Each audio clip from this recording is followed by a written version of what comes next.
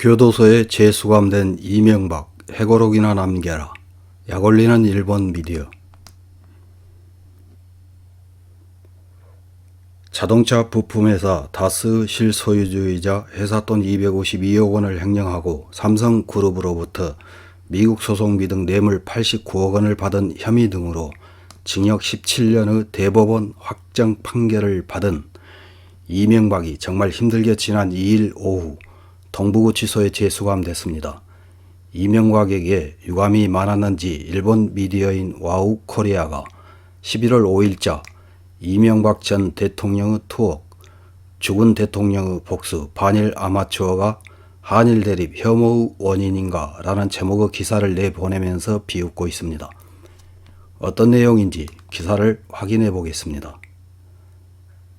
지난주 한국의 이명박 전 대통령의 재수감을 결정해 이번 주 투옥되었다.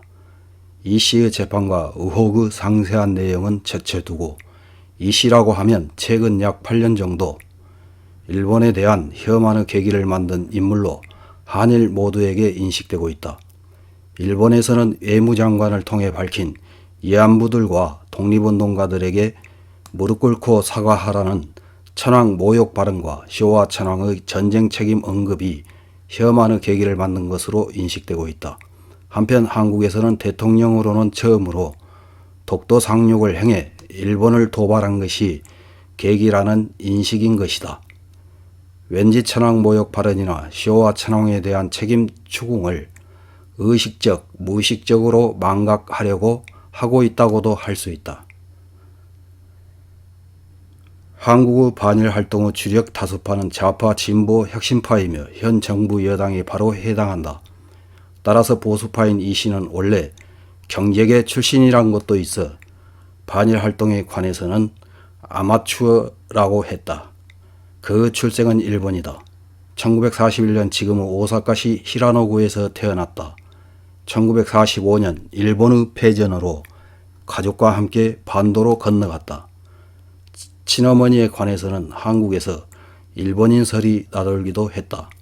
이러한 배경의 그는 한일 국교 정상화를 위해 1964년에 열린 한일 회담에 대한 항의, 방해의 학생운동 데모를 주도한다. 이로써 국가 내란 선동 혐의로 체포되어 징역 3년, 집행유예 5년의 판결을 받았다. 대학 졸업 후 현대건설에 취직한다. 이후 해외 수주 등에서 실적을 남겨 36세에 사장, 47세에 회장 자리에 올랐다. 재벌 현대가의 혈통이 아닌 한 당시로서는 파격적인 입신 출세였다. 1992년 보수계의 비례대표로 국회의원에 출마하기 위해 현대건설 회장직을 물러난다. 1996년에는 서울시장이 되고 서울의 버스 운영 시스템을 개혁하는 등의 업적을 남긴다. 2003년에는 대통령에 취임했다. 그런 그는 반일에 관해서는 아마추어이기 때문에 반일 활동에서도 금기시해야 될 것이 있다는 것을 깨닫지 못해서 실패, 사고였다고 보여지고 있다.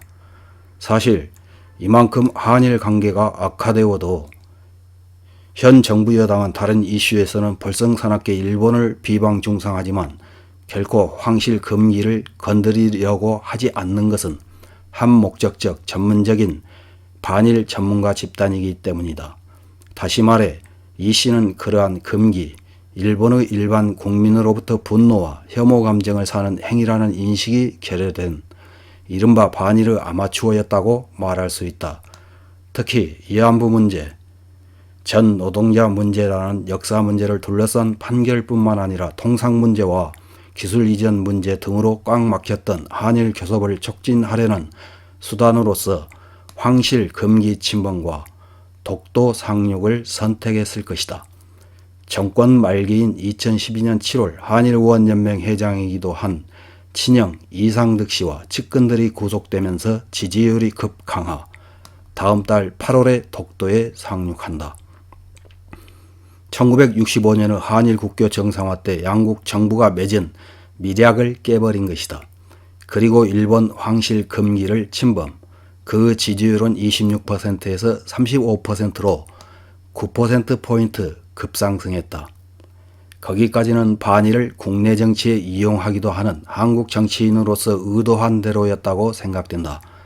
그러나 금기의 선을 넘어버린 탓에 양호했던 한일 관계는 그 순간부터 파국으로 향하고 그 흐름이 8년이 지난 지금에 이르고 있다. 그리고 이번 주 그 투옥, 그 정권하에서 자살에 몰린 고 노무현 대통령의 복수라고도 한다. 문재인 대통령은 고 노무현 대통령의 동지이며 전 비서실장. 이대로 사면 없이 형기 만료까지 수감된다면 이 씨가 사바에 나가게 되는 것은 17년 후로 95세가 된다고 한다. 그때까지 옥중에서 시간은 충분히 있을 테니 어떻게 자신의 대일 정책을 총괄했는지 꼭 회고록이라도 남겨주기 바란다. 어떤 경위로 황실 금기를 범했는지 밝히기 바란다. 이런 기사를 읽은 일본 네티즌들은 어떤 댓글을 달았는지 몇 개 확인해보고 마치겠습니다. 첫 번째 댓글입니다. 아니 일본 정부와 매스컴도 천황 모욕 발언보다도 독도 상륙을 문제시하고 있었던 거야. 지금도 독도 상륙의 반일 퍼포먼스를 한 대통령이라는 인식이다. 뭐 그래도 문재인 같은 골수 반일 반미 친중 친북 대통령보다는 나았지만 말이야. 다음 댓글입니다. 민주화된 지 30년 이상 지났지만 법의 지배와 삼권 분립을 경시해 온 결과 역대 대통령들이 모두 비참한 최후를 맞고 있다.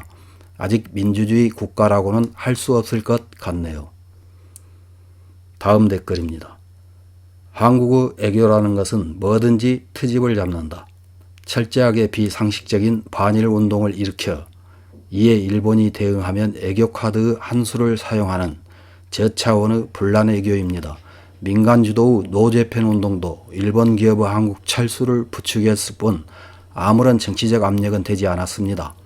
한국을 상대하지 말라. 한반도와 관련되어서는 안 된다. 이것이 일본의 애교 정책입니다. 다음 댓글입니다. 현직인 문군도 같은 말로를 걷겠지. 역대 대통령치고 제대로 된 여생을 보낸 사람 누가 있는가? 적어도 기억에는 없다. 다음 댓글입니다. 확실히 이명박도 그 다음도 형편이 좋을 때만 반일 의식을 이용하고 의식이 높지 않은 국민을 잘 선동했다고 생각하지만 지금의 한일 갈등은 문 대통령과 더불어민주당의 탓, 그것은 속일 수 없다. 더 이상 속일 수 없을 정도로 일본인의 마음에 새겨져 있다. 이번에는 징역 17년 정도로는 용서 안 되겠지요. 다음 댓글입니다. 일본은 유사일에 천황을 받드는 정치체제를 취해왔다. 그러나 근대 국가다운 것을 미국이 만들어준 한국에는 무서운 전통이 있다. 전직 대통령을 모두 감옥에 보내는 것이다. 좀처럼 할 수 없는 것이지만 문 씨는 당연히 각오가 되어 있을 것이다. 다음 댓글입니다. 계기, 모든 원인과 같은 책임 전가는 그만두는 편이 좋다. 뿌리 깊은 반일 감정, 지금까지 계속되는 반일 교육, 국제적으로 기획되는 일본을 폄하하는 행동 언동, 이명박이 존재하지 않더라도 조만간 이렇게 된다. 나 자신 수복 같은 것은 추워도 바라지 않으며 북과 남을 구별하지 않는다. 이상입니다.